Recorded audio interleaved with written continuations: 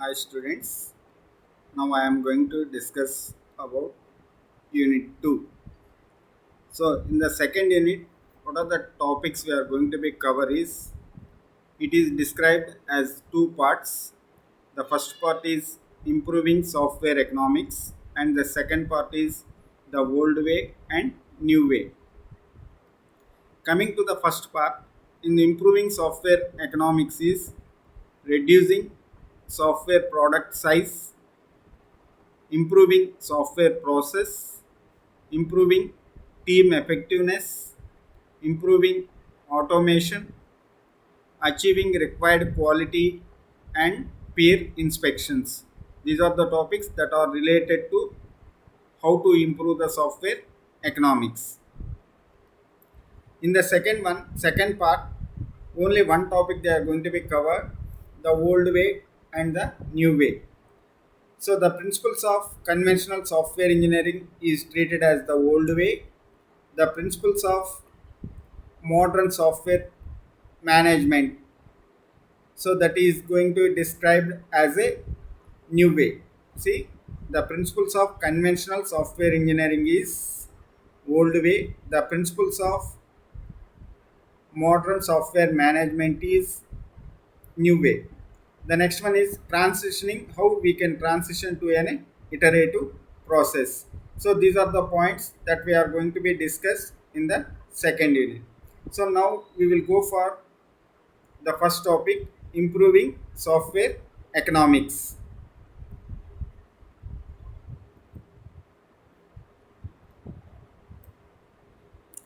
So in the improving of software economics, already we have discussed this topic in the first unit. To estimate the cost of any software application, we says that there are five basic parameters that will influence the cost of any software application. Here, these five parameters is size, process, personal, environment, and required quality. So whenever you are talking about these five parameters, if you estimate these five parameters correctly, definitely you can achieve good estimate of your software project. So that's why these factors are mainly going to influence the software project morely.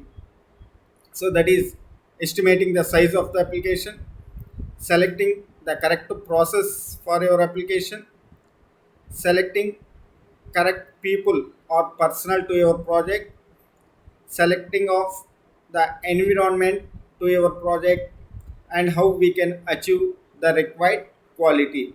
These five parameters you want to estimate correctly, and also we have discussed these five parameters in the first unit also in detail. So here, whenever you go for this one, the structured presentation of the important dimensions around the five basic parameters of the cost model are. So whenever you take any cost model, so here the cost model will depends upon these five parameters. Already we discussed that the cost model is one of the important in estimating the cost application. So here a big question arises that which cost model wants to be select. Several cost estimation models are available in the market. Here we will select one process model for that, one cost estimation model for that. Here how we will select means the best model, that's we can say that COCOMO model, cost constructive model. In the cost constructive model, how they will say means every organization have their past experience. Whenever they have their past experiences, so what they will do means based on the past experience, they have some estimates. How the estimates has been done means based on one process model. Sorry, one cost estimation model. Suppose if I am following one cost estimation model means previously it have given it, that model has been given for me as a success rate. So that's why I am going on continuing the same model for the next or future projects also. So like that only.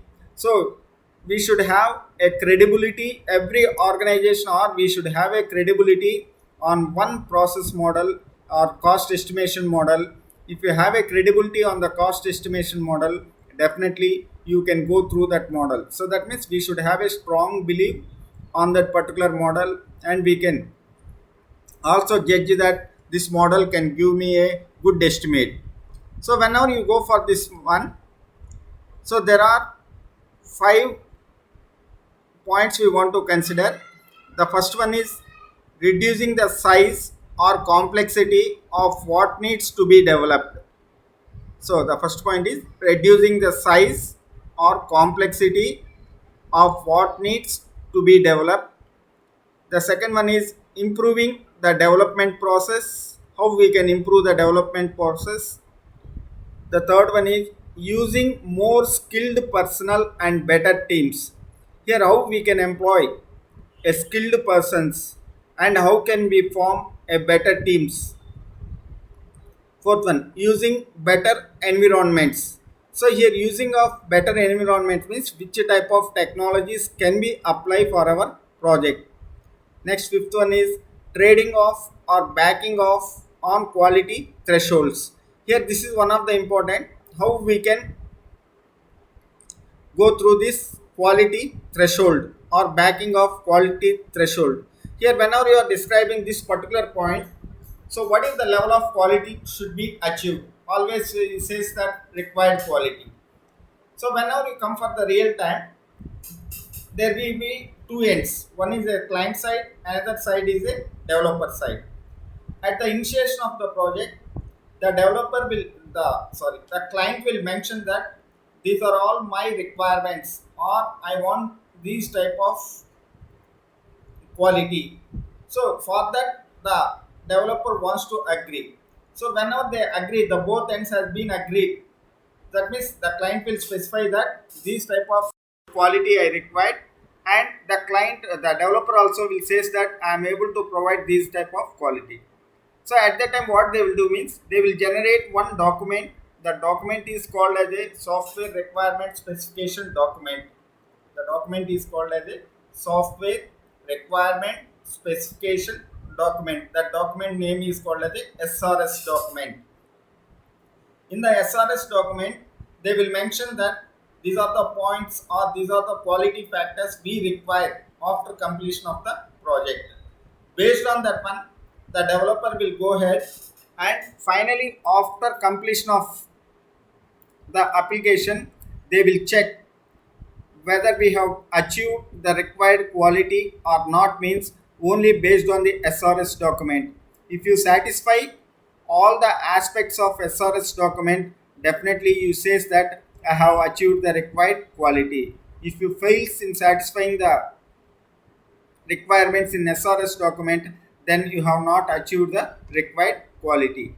So in detail we will see one by one. So before going for that one, so the brief outline of these 5 parameters they have been given in this table. The first one is size. Whenever you want to maintain a proper size of your application, so what are the parameters you want to take into consideration means apply the abstraction and component based development technologies. So whenever you apply the abstraction and component based technologies, definitely you can estimate the correct size of your application. Here, for achieving of this one, what are the trends you are going to be used means one is a higher order languages. If you apply the higher order languages, definitely you can achieve a proper size estimate.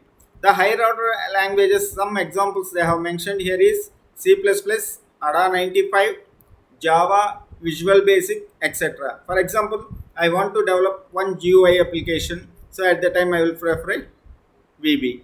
Or sometimes if I am going for an internet based application, definitely I will go for a Java. Like that, so many languages are there. So which language will suitable for our application or for our domain, we will select that one. The second one is object oriented. So we have a concept called as a object oriented analysis. So that is going to be provide analysis, design, programming. And we can also apply the concept called as a reusability. So reusability means if you are developing similar project which is similar kind what you have been developed previously, if there are some components are existing in your organization, you can directly use those components. That will be called as a reusability. Next, commercial components. Here, commercial components is nothing but of off-the-shelf components. So in the market, we have some components are directly available. Instead of developing that components commercially, so we will procure the components from the outside environment. Definitely, at that time, we can reduce the burden of the development. So that's why whenever we require some components, if the components are available in the off the shelf way or commercially, we can procure those components directly. Like that only we can also use the reusability, that is first size. The second one is process. Here methods and techniques. Whenever you come for the process, simply we says that the process should be a matured process, or some persons or some organizations will use some unmatured process or ad hoc process. Whenever you apply the unmatured process or ad hoc process, definitely it is going to be increase more scrap and rework. So that means if it is an ad hoc process, definitely the scrap or non-value adding things are going to be done. So that may not be useful for our application. So always select a matured process which will helps you more for your application. So for this one, the trends are apply the iterative development, process maturity models, go for architecture first development. So here architecture first development means, so make a well architecture of the system first. Definitely your project will become as a success. So like that, mainly go for process maturity models, architecture first development approach. If you use these two, definitely your process will be called as a matured process. Next, personal. So here the personal is people factors. The people who are involving or working for your project, what are the factors to be considered? So training and personal skill development. Every organization will have their team to work on a project. If you provide a proper training on a particular domain and an environment means, definitely that will helps you to achieve a good productivity in your software development. Because of a technology may new, or a tools which you are employing there may be new, or the domain may be a new.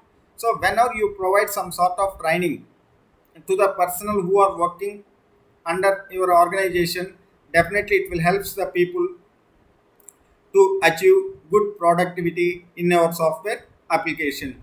Next, teamwork. Encourage the people to work in a team, because of as a single it's not possible to develop the entire application. So here a teamwork is more important. Suppose whenever you are developing a project, you will divide the project into subtopics or submodules, and you will assign each and every module to a group of people. Those people will be called as a team. Here a big question arises that what is the size of the team? Here depends upon the organization, they will form a team. If the team members are too long, it is very difficult to monitor or control the people. If the So that's why, so always the team size should be as a moderate. So at that time, definitely you can easily manage and measure the team progress. Next, apply the win-win culture. Definitely it will help you a lot. That is the third one, personal. Fourth one is environment and automation technologies and tools. So here nowadays, as the technology advances, you have more tools or automated tools are available. So the trends of that one is integrated tools, operating systems, hardware platform performance, automation of coding, documents, testing, and analysis. So if you want to reduce the cost means, try to apply more automated tools either in coding or generating of documents or testing analysis. For example, if you consider a testing, the testing is nothing but of finding the testing is finding of an error or intention of finding an error. So whenever in the olden days we are using a manual testing, so writing of test cases and executing of the test cases and generating the results. Suppose whenever you apply the automated testing means you can done it very fastly and the accuracy of the application is also going to be increased more. The last one is quality. Whenever you come for this quality, so what are the things we want to consider in the quality means performance, reliability and accuracy. Here performance is not only want to consider the software performance, same as you also wants to be consider the hardware performance. Whenever you develop an application, so if the application may be as a high quality, but the relevant hardware should be there. Like that only the application should be more reliable. So here reliable means whenever your application is having more user friendly, definitely it says that your application is having more reliability. That means if the end user feel free to work with your application or is more comfort with your application, definitely says that it is having more reliability. Like that only accuracy. So whenever you go for this, whether you are developing an application which is having more correctness or not. So these are the factors you want to consider: performance, reliability and accuracy for estimating the quality of an application. For that, the trends are hardware platform performance, demonstration based assessment, statistical quality control. See the example of demonstration based assessment. Suppose whenever you are performing an application or developing an application, if you allow your developers to demonstrate the development progress or the work they have been performed means definitely you can eliminate the errors at the initial stage and you can correct any problem is there in your application. So at that time automatically the accuracy will be increased, the reliability will be increased, and also you can do some modifications to the development part. So at that time the performance is also going to be increased more. So we will see one by one here. Reducing software product size. So here mainly we want to concentrate how to reduce the software product size. In whenever you are discussing about the size, every software application will have a size. The size will be measured in two ways. One is SLOC and the second one is called as a function point. SLOC means source lines of code. The second one is a function point. Here how many lines are required, how many lines of code is required to develop your particular application. Here whenever you are implementing any application, definitely you require one language for implementing of your application. Whenever you select a particular language, how many source lines of code is required to implement your function. So whenever you are talking about this, so there is no universal language. Different types of languages are available in the market and we will select different languages for implementing the same function. But some languages will provide the size in some lines of code and some other languages will take a large number of lines or huge number of lines, or some languages will take a very low number of lines to implement that functionality, but we are achieving the same output, the same input it will be taken and it will generate the same output also. Here they have mentioned some languages, nearly 9 languages has been developed and they have been taken one universal function point UFP, and they will develop the number of source lines of code, how many lines of code is required to develop this particular application. So whenever they are representing this one, first they have been taken assembly language. In the assembly language, this universal function point has taken 320 lines for implementing. Anotherly, they have been taken a C language that has been taken 128 lines of code. Same function they are implementing. They have been taken another one is a Fortran. So whenever they have been taken a Fortran 77, it requires 105 lines of code. Whenever they have been taken a COBOL 85, it requires 91 lines of code. ADA 83, 71 lines of code. C++, 56 lines of code. ADA 95, 55 lines of code. Java, 55 lines of code. And Visual Basic is 35 lines of code. A big question is here, which language should be taken? Here, the language selection is more important. So depends upon our application nature or depends upon the domain. We want to select an appropriate language. As simply see here, Visual Basic having 35 lines of code only, but we cannot take this language for all types of domains. So depends upon the environment or depends upon the domain nature we want to select. For example, if I am developing a business oriented application, at that time, so there is one specific language designed for business oriented application, that is common business oriented language. So I will select this particular one.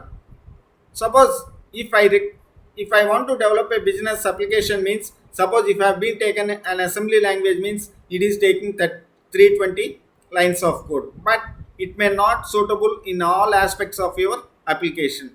For example, if I am developing a scientific project, at that time I may prefer a Fortran in the olden days, or nowadays they are going for C or C++ like that. And suppose if I am developing an internet based application, just I will go for a Java. If I am developing an application which is having a Visual Basic, more graphical user interfaces, at that time I will go for this VB. So like that, depending upon your application and depending upon the domain, so which language is suitable, and based on that one only we want to estimate the size of an application. A simple see here, the assembly language requires 320 lines of code. Can we omit this language completely? Means no. In some areas or in some domains, so we want to compulsory use this assembly language. So that's why in that particular area it is having a more influence, or it is the better to use this particular language. So like that, so each and every language is more important, but we want to select which language is suitable for which type of domains. Based on that one, if you select a proper language, definitely we can reduce the software product size. And also here, the integration is also much important.